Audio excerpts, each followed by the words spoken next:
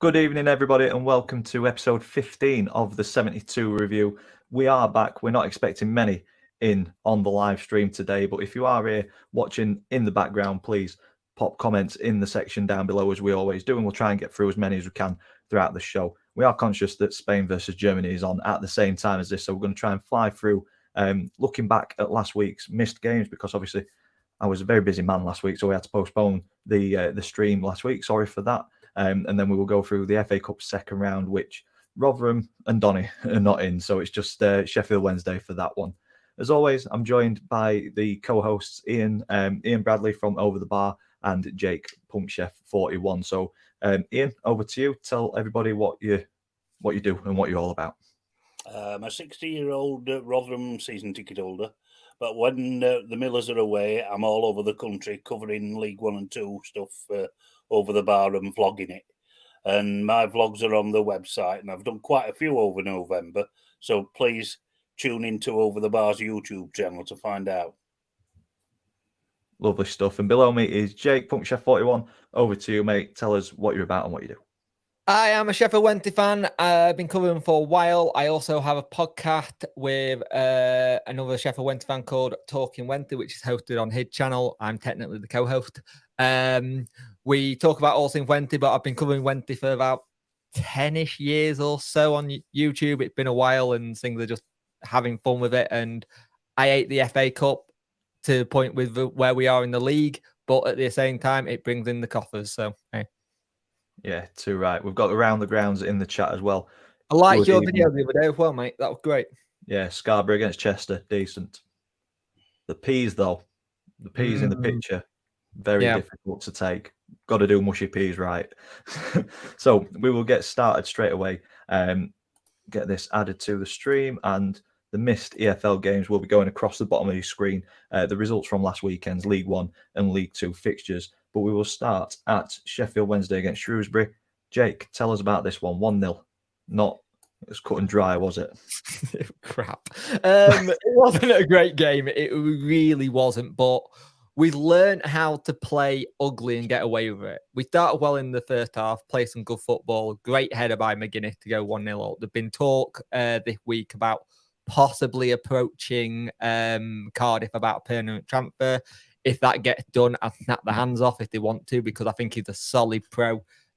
Marshall's the back four well, or back three, depending on what Sitting Down want to do. And Shrewsbury had some chances, don't get me wrong. They look decent, and they're a very well-organised team, and Cottrell's always been able to do that aside. They look a lot more organised than they did last season, and they could be one of those ones. If they go on and run a little runs, they could make a little playoff push, for me. They look decent, but it was another good result. But it was also one of those days where results went for us for once, and it was nice to see. Yeah, ATID said, please don't.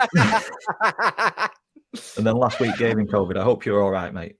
Oh, no, mate. Oh, get better soon. Oh, there we go. Not literally, but it's one of the worst draws in history of football. Right. Trains cancelled less than 24 hours before, so a long drive for an absolute shambles. That's good to hear. God. I'm sorry, Lizzie, but we will be going on to Colchester in a little while, but she's not wanting to relive that. And Around the Grounds has thanked us. First half was shocking, second half saved the video. Mushy peas were dreadful. So, Mark McGuinness gets you through 3 points. Yeah. Plymouth dropped points. Ipswich, I think, won that week. It's been a long time ago. Yeah, they did. They beat Exeter, Freddie Ladapo, right at the top, next to... So good result for them. Freddie Ladapo, get the klaxon going. Big miss. Marcus Harness is going to be out till February. It looks like it's a long-term injury, and it seems like both Plymouth and Ipswich are starting to pick up some long-term. We've potentially lost Windass for a bit. He's out with some sort of groin strain, but I watched this game. Ipswich just look stupidly good at times when they playing. They just look really well on it, and I've already got to the point where I think the top three are already breaking away from the people in the table, and I think it's going to be whoever catches us who goes on run, and it's going to be interesting to see what happens, because it's very interesting when you see some of the games that are happening at the minute. Like Peterborough, you think they win that normally, but doesn't happen. Got Sinclair getting another goal for Bristol Rovers. Or I think that may be first. I'm still shocked that they got him. It's still a weird signing, that one. But he started there. It made sense. It makes a lot of sense. But Peterborough, I don't know. I don't know what's happened. It's like it's a weird thing, which I would thought their consistency and how good McCann is in League One. It seems like something's not going right in the recruitment this season because they're dropping too many points. Yeah, I touched on this game, or I've opened this game up because you touched on a team who might be able to kind of claw that gap between the top three, and Peterborough currently sitting fourth. But that gap is expanding, isn't it? Week on week. I'm sure I've read that Peterborough have already lost 8 league games. Mm. We will have a look at the league table, and which is incredible for a team that's so high up the table. I think they've only drawn one. It's also incredible for Peterborough, who are like normally defensively solid. Yeah. Like we got 22 points at home this season already. Like 22 points from like 2022. We are just very good at home. Yeah. ATID's come in with EIO down the League One table we go. Needing to spend in January. I'm worried for you guys that you might not. Green or red? Sadly, I don't know why. There's a part of me that thinks you might not. Like that 2-2 versus Burton is a huge kick in the teeth. 97th minute, you get back into it. You're thinking, right, we got back into it. We've won it. 97th minute, I think, didn't Shuey get a touchline ban as well in coming for what happened in the Burton game? I don't want... This is the thing I've got. I don't want you to have a wobble as a football fan, but as a Wednesday fan, I really want you to have a wobble because last season felt gutting for you. Yeah. You did so well with losing low to then nearly and then just miss out. It'd be a shame if you did, but at the Wednesday side, it'd be harsh, wouldn't it? And the Wednesday side of me is like, please do, but I don't want it in a sense for the sake of football because I'm still a football fan at the end of the day. Yeah. I saw Argyle at Lincoln recently, and whereas they looked decent going forward, they did look defensively vulnerable. And Lincoln got in 2 or 3 times, and Cooper made good saves. So they're not infallible defensively, but I think they've got enough going forward with Hardy, Cosgrove, and the rest of them to maintain the challenge. I think there will be top 6 definitely. Whether they'll be top 2 or who knows. Yeah. ATID, just for the referee for you. He'll not come back. I've had enough of this stream. I'm off. But that was it. You didn't take a League One game in, did you, Ian? You went to... I didn't. It was League Two. It was League Two. Okay. Let's have a quick look at the table then and move on to League Two after that. 10 points. Jesus. So, as always, we'll start down in the bottom section of the table. Forest Green propping up the table with Morecambe, Burton and MK Dons all on 14 points. There's a breakaway happening at the bottom, which I hadn't realised. There's a breakaway happening there, which is dangerous. Yeah, there's a 6-point gap between MK Dons and Cambridge. It's big, isn't it? This is where you were last season. You were looking at that breakaway going, if we don't make...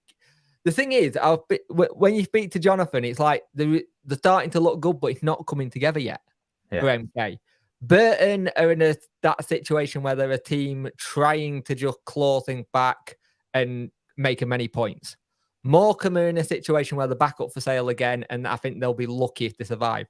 And Forest Green, they're already down for me. Minus 22, 14 points. I think we're looking at the bottom 4, to be honest. Yeah. Looking at how Cambridge, Accrington have got that gap. What do you think, Ian? Well, I think, to be honest, Accrington, Cambridge and Cheltenham are better sides than the current bottom 4. And they might still carry on struggling, but I can't see the bottom 4 picking up and making up a 6-point gap. I know it's only halfway through the season, but they're looking adrift, especially the bottom 2.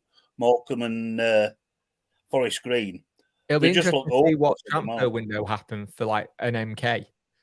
going to be a big January for the teams down here for Well, sure. I think out of the bottom four, I think MK are the only ones that might feasibly have any money to spend. Yeah, but and probably the one team who's got a chance of putting a decent run of results together, which could close that gap. But as Jonathan said, if you've seen any of his stuff on Twitter, it's like the performances are getting there. We just can't get the win, or it's like little things, and it's not a surprise really. You look at what they lost at the back and their attack. It doesn't surprise you, but it's that whole thing. There's a lot of stuff said about MK Dons due to everything that happens. And a lot of fans will say, right, you're in League Two, just deserve. That's what you get.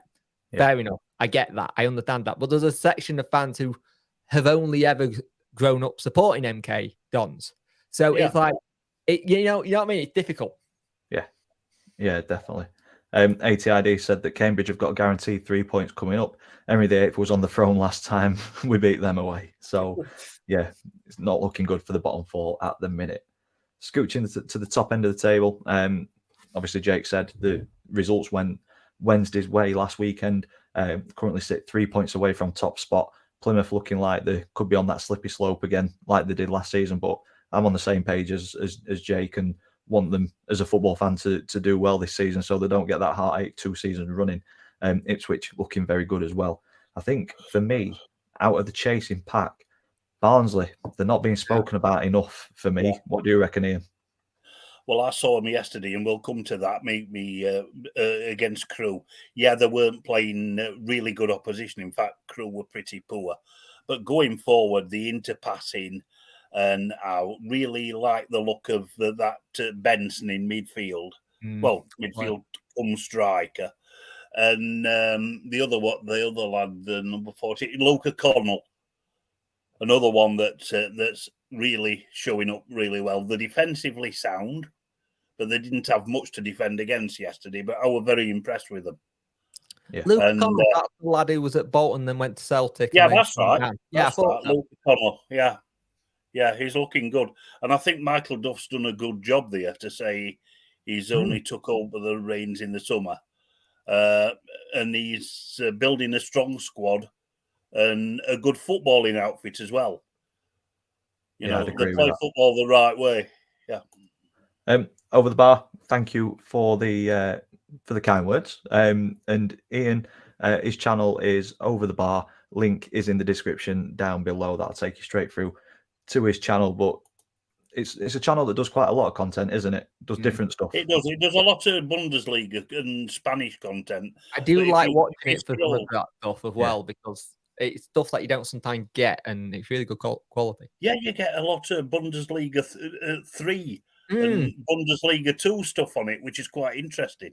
I've got like a lot of different podcasts which are European football based, so I get to hear about lots of interesting stories and stuff. And it's interesting when you go down, which isn't your club or a football podcast or something that's different. I think it's just nice to broaden your mind and your education of the clubs. Yeah, agreed. Lovely stuff. Moving on to League Two from last weekend, we will start at Grimsby. Ian, you went and watched this one. You did a video for it. It is on Over the Bar, so go and check that out after the stream. But yeah, tell us about this one. Very even game and a very watchable game as well. Loads of chances both ends. Stevenage took the lead late on, and it looked like they were going to win it. But Grimsby came on strong in the last few minutes, and it was a scrambled equaliser. But a very watchable game, 2 really good sides. And Stevenage this season, it's night and day to what they've been for the last 2 or 3 seasons, struggling to stay in the league. They look really, really strong. They've got a good midfield. Defensively, they're a typical Steve Evans side, not just a. I'm not just saying a kick and run and a set piece specialist, but they've got willing runners and they've got ball winners in midfield. But I was very impressed with Grimsby as well. Paul Hurst's got them playing some nice, tidy stuff. It's quite intimidating going to Blundell Park, especially when Grimsby are on top. They can get really behind the team. And I really enjoyed it. It was a fair result. in the end. And yeah, it was a good day out at the seaside. Really enjoyed it. So that was a better result for Leighton Orient more than Stevenage. I think we'll Yeah, see the table I'd agree with that. in Yeah, a second. yeah, But yeah. if you get a point away from home, it's better than nothing, isn't it? And talking about course it getting is, yeah. nothing away from A home, lot of we will teams, quickly get through will go to Colchester. Grimsby and lose. Yeah, Not Donny though. We don't. We go to Grimsby and win. yeah, That you were- do. That would they a were better fantastic time. result. But on to the Colchester-Doncaster game. I didn't make it to this one, but I've seen plenty on social media. Obviously, ATID, cover your ears, Lizzie. You're not wanting to listen to this again. But Colchester, rock bottom of the table. They've not won a game in 7 in the league. So it was written on the wall, wasn't it, that Rovers would go down there and get beat. Did you see that at the FA Cup yesterday? Oh, I did, yeah. Yeah. Oh, fantastic. I used a hell of a lot of ink on that printer. Poor people. But Can you yeah, imagine leaving the house going, what's that? You'll see later. I mean, Steve Evans. Yeah. But yeah, on to this game. I think we had a few opportunities before we went 1-0 down. I mean, not a single shot on target away from home. It wasn't good enough. There's no two ways about it. There was a couple of opportunities, like I say, to go ahead with Miller, Molyneux, all had chances, but then I don't think you'll see 3 better goals in a game all season, to be honest. And I don't think Colchester will score as good a goals again for the rest of the season. Lizzie's saying, don't get me started. Obviously, Lizzie took the trip to Colchester, long old trip to bring nothing home, unfortunately. But yeah, first win in 7 for Colchester, and we just didn't show up in the second half and got punished by 2 more wonderful goals. The first one was a great free kick just before half time, and then the second 2 were shots from outside the box, which could have been prevented. How many games have you won away this season? Not sure, mate. You've stumped me on that one. Because I sometimes see some of the away performances. I'm just trying to see, is it a case that you don't play well away when you travel? Possibly.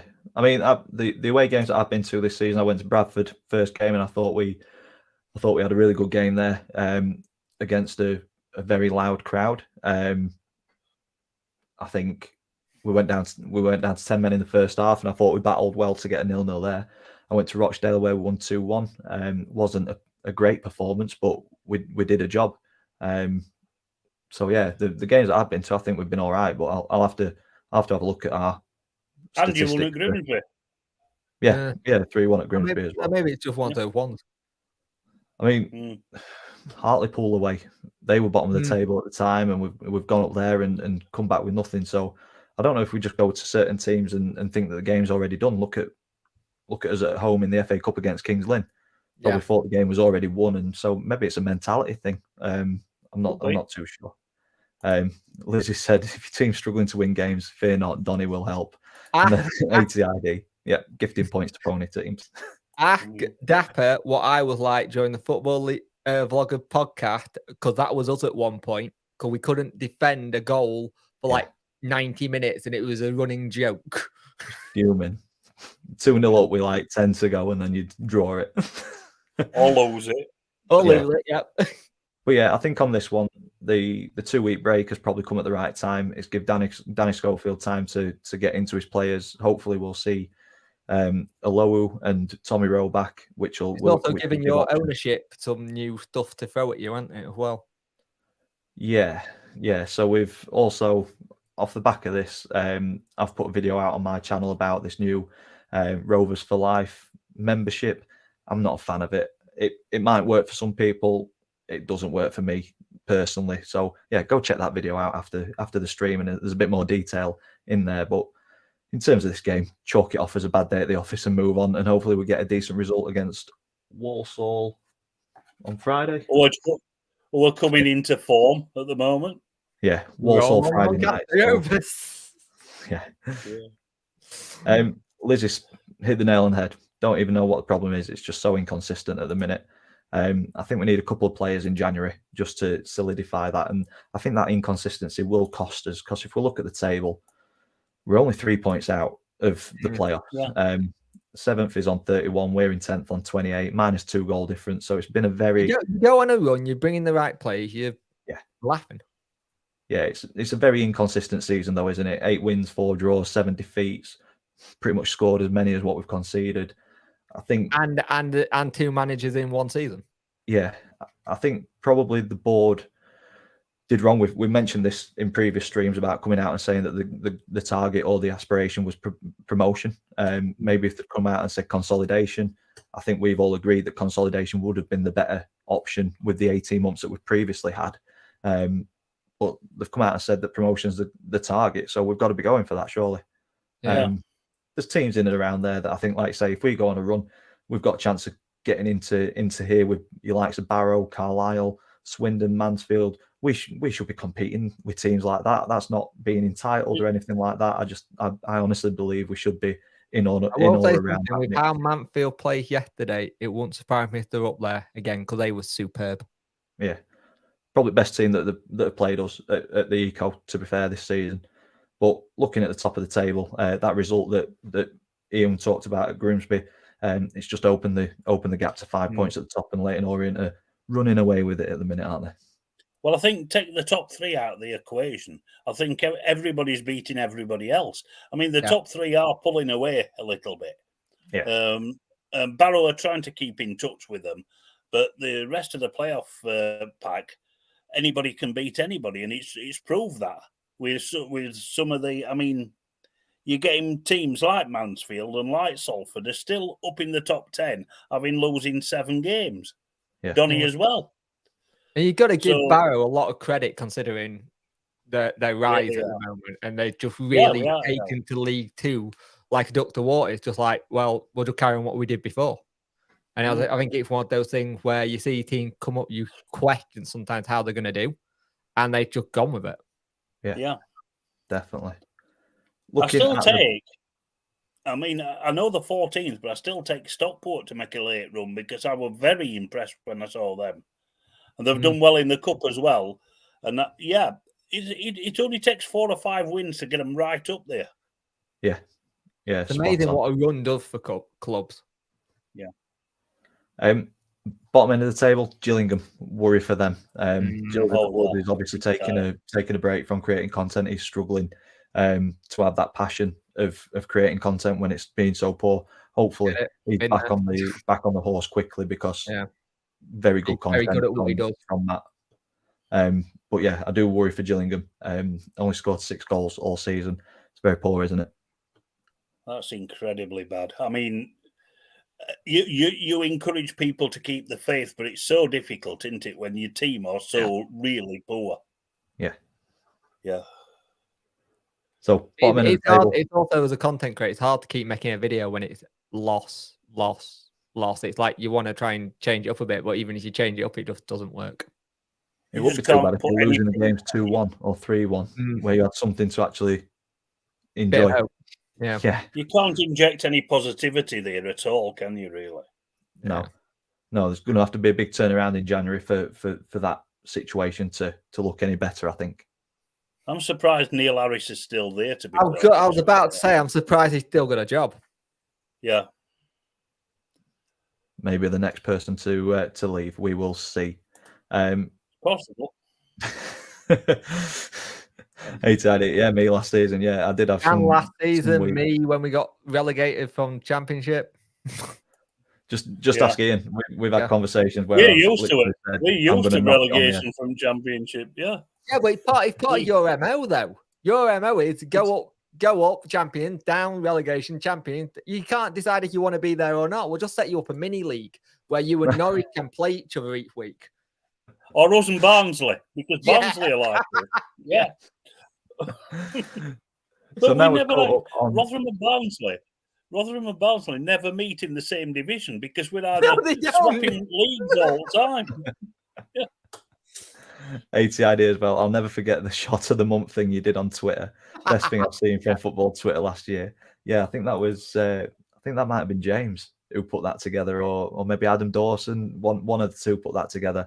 We literally didn't score a goal all month and just did a shot of the month. So yeah, is what it is. Moving on to the FA Cup. It's still 0-0 between Spain and Germany, so you've missed absolutely nothing if you're not watching that at the minute. But we will start at Sheffield Wednesday. Jake, Sheffield Wednesday against Mansfield. Talk us through this one, mate. Mansfield was a joy to watch at times. They were really good. We were just so poor.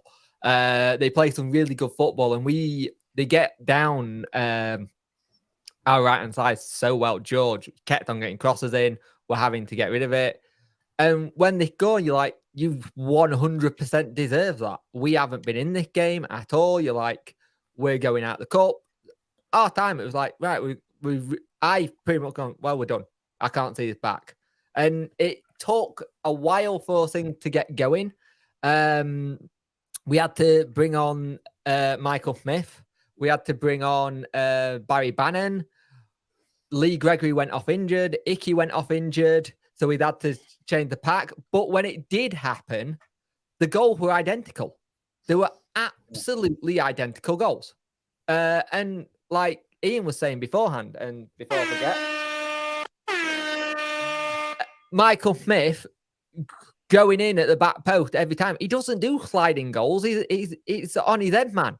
It's not something he does. And the balls from Bannon and Marvin Johnson were identical. They were literally identical crosses, and I couldn't understand where it went wrong. Sorry, Ian. I'm going to be a little bit of a sod. All right. Oh, hey, I'm over it now.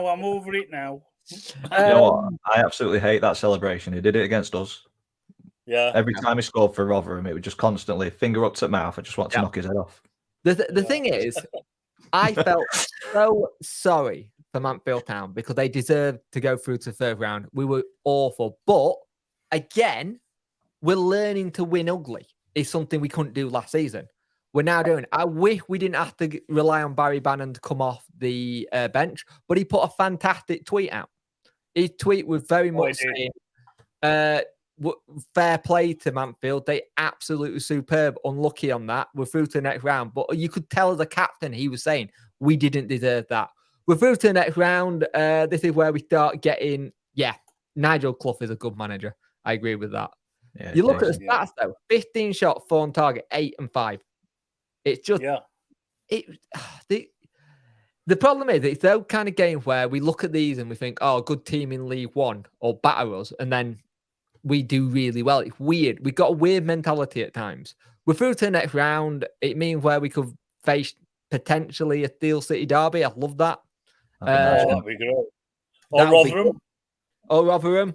Or get one of the big boys. Oh, no.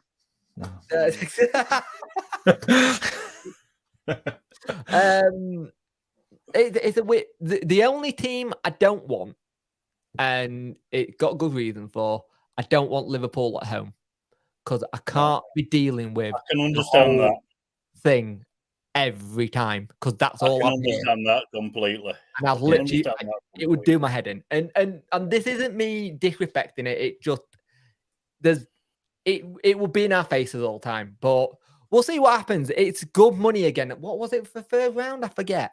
It were in the hundreds of thousands. Yeah, I might have to start having this up every time we do this so I can remember the price. Liz is saying Mansfield are by far the best team that she's seen this season.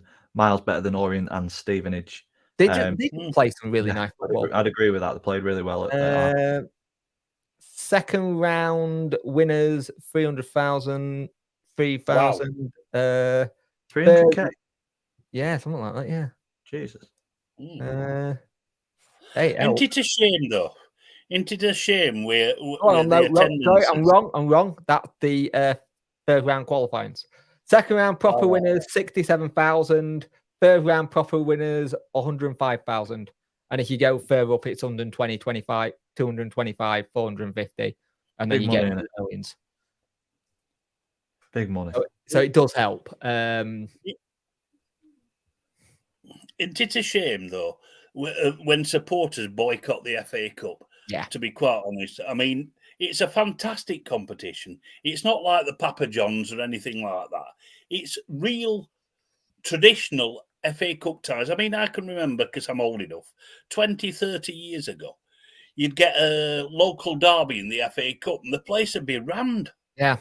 And now, It's even hardly though anyone in. clubs, yeah, even clubs like Wednesday and Barnsley reducing the ticket prices to next to nothing, you're still struggling to get a decent crowd. I think it's really sad. Mansfield took 4,000 to empty. They packed it. Yeah. It was And at super. those prices, you're going to. Yeah. It got a little bit fighty at the end. I'm not going to lie. Police having to stand and stuff, and both sets of fans wanted to have a scrap. It happens. We don't have a good history with Mansfield. I won't go into detail, but if anyone knows the history of it, we don't have a very good history. But the thing is, but this is also in the same people who say, "Oh, I just want traditional football, like the traditions." Yet they won't go to the FA Cup, which is the pinnacle of tradition. Yeah. Do you think there's extra factors with this? So with the current climate, with people struggling financially to pay bills and stuff, is the FA Cup one of those But where? having said that, I'm going to say, I mean, I know Wednesday did exactly the same in the first round. I think they did it yesterday. Yeah, we did It yesterday. was a tenner for adults and a fiver for concessions. And to be quite honest with you, I mean, I'm there. I'm 60 odd year old, and I paid for a fiver to watch 90 minutes of good blood and thunder FA Cup football, and I was entertained. I got my money's worth, and people would just rather sit at. Probably the World Cup's a factor as well this time. Yeah. Thing is, though, even if it's a tenner and a fiver for concessions, you're looking for a family of four. That's 30 quid before you've even got there. Then there's food on top. Then kids might want something from the shop. You're talking at, say you get something from the club shop. I say you get a kid a kit or an adult a kit, that 40 quid, and you get two, and you've got two kids, that's 80 quid. Say all in all, it's 150 quid, 180 quid. It's a lot of money, which in this but that's moment not of time. It's not just been this season though. No, it's been going down for years. It's been a few seasons now. So I think there's a mentality problem with as far as fans are concerned. You watch them get a big club in the FA Cup third round, and it's at home. Everybody will be there. Yeah. Everyone will be there. Or we get a big club away. It'll sell out, but then it'll sell out away anyway. Yeah. I mean, Liz has said that we were only going to open the East stand against Kings Lynn, and it felt almost disrespectful for the non-leagues teams. Big day out, and I agree with that. Yeah, completely. But then on the flip side, from a club's perspective, I think it's something silly like £3,500 per stand to open it, to steward it, to get catering in there, and you're going to think about what the club got at Donny. But if from a club's point of view, if you're opening one stand at £4,000 rather than all the stadium at 16, that's a big difference.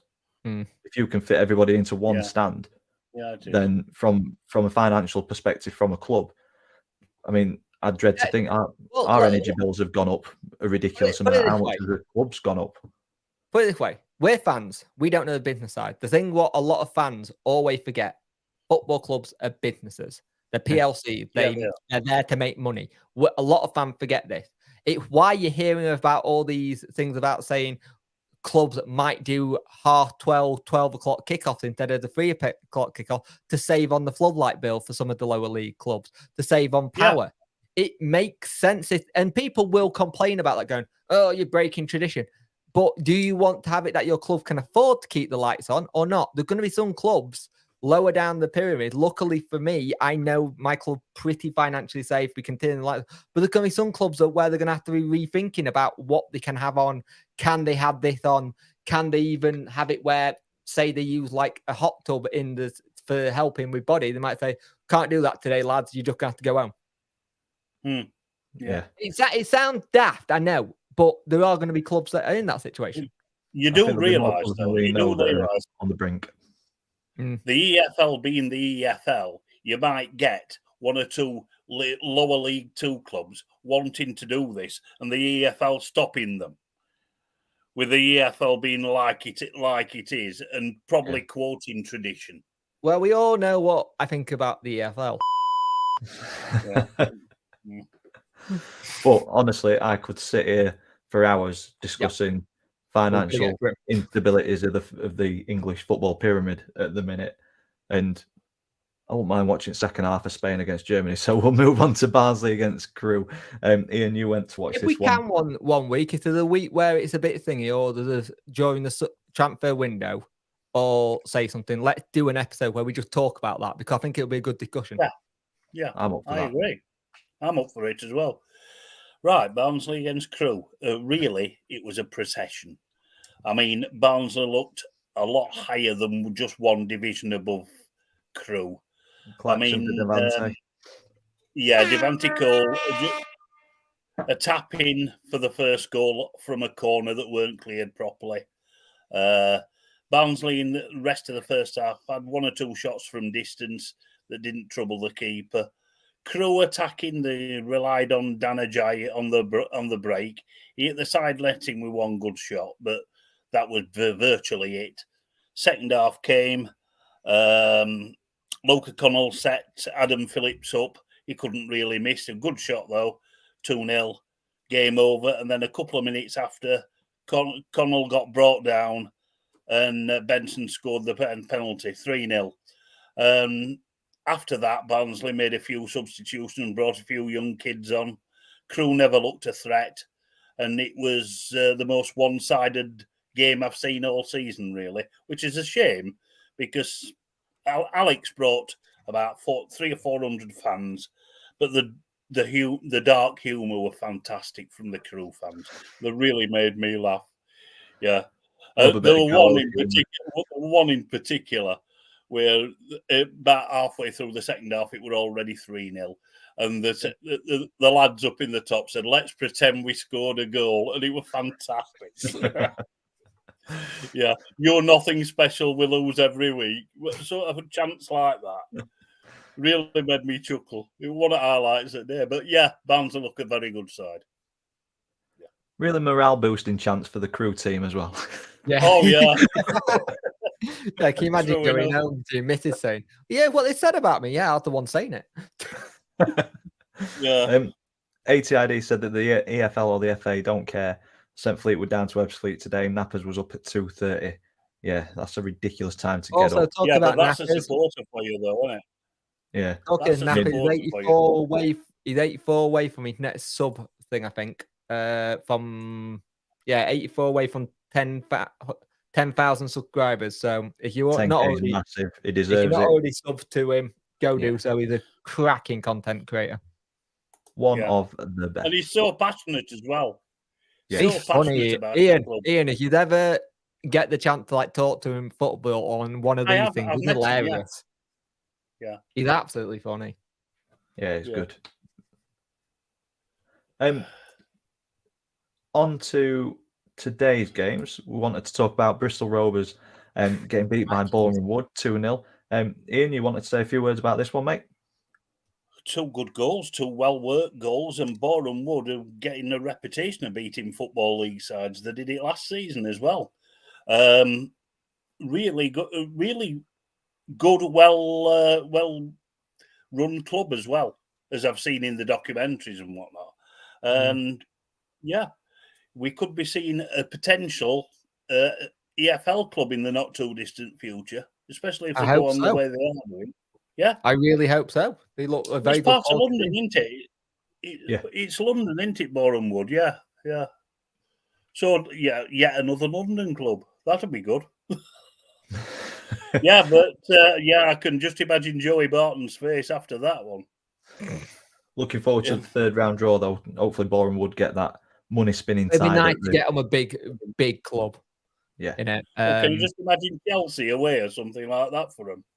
Only 4,000 at their place, so it would be a cracking atmosphere.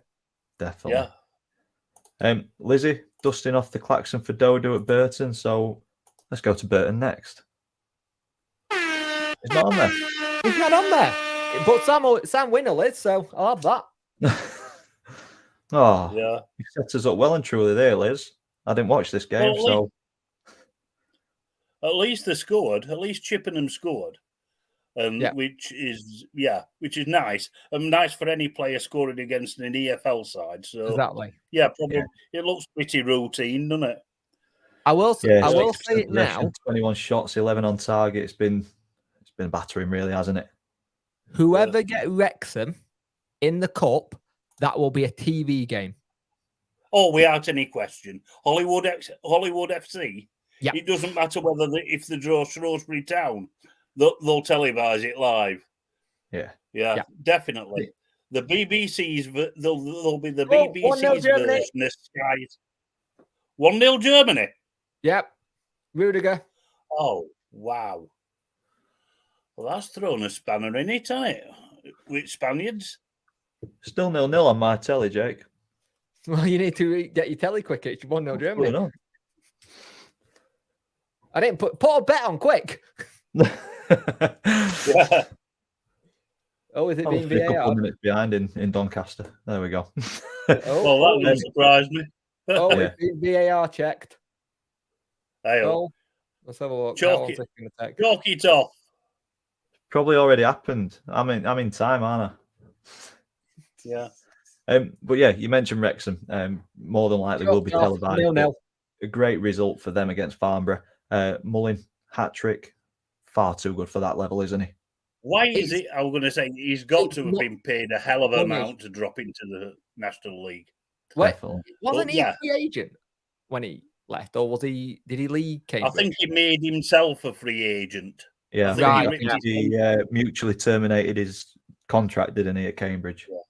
Yeah. But as I was saying, I think they're going to be the BBC and ITV's version of the Salford City Fairy Tale Club that Sky had. It's going to be their little Sky- darling. isn't it? Yeah, and Sky are rapidly losing interest in the Class of 92's club, if you've noticed. Yeah, but Yeah, I'd you like to also see know. Wrexham back in league. Have you Yeah. but have you also noticed how the class of 92 are now also employed by Sky?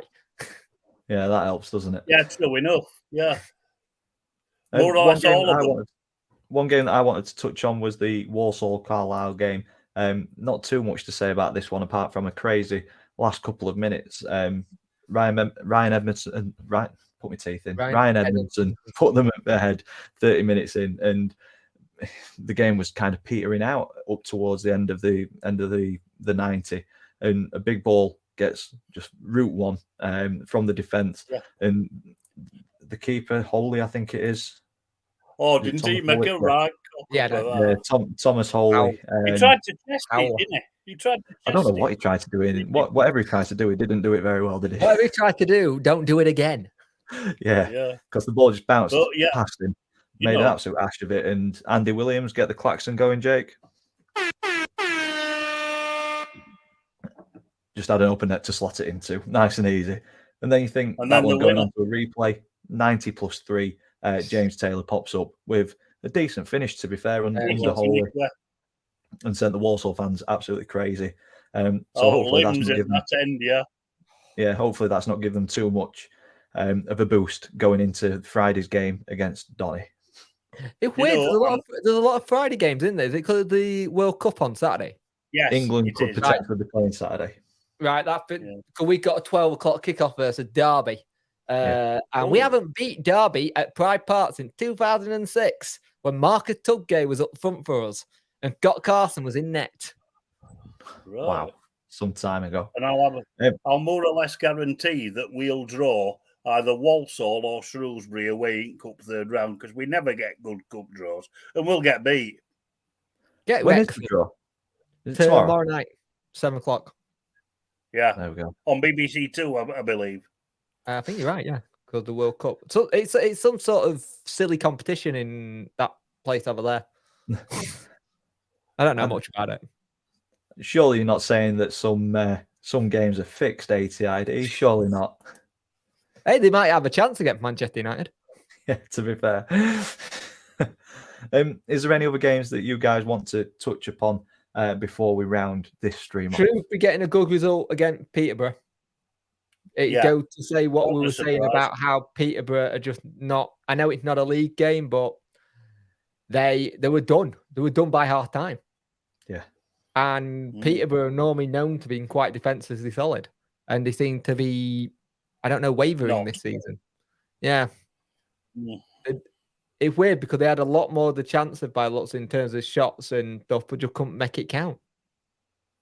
Yeah, 15 shots, 8 on target. Shrewsbury had the 8 as well. But I will only say I 12 do shots. like going to New Meadow. It's a nice little ground.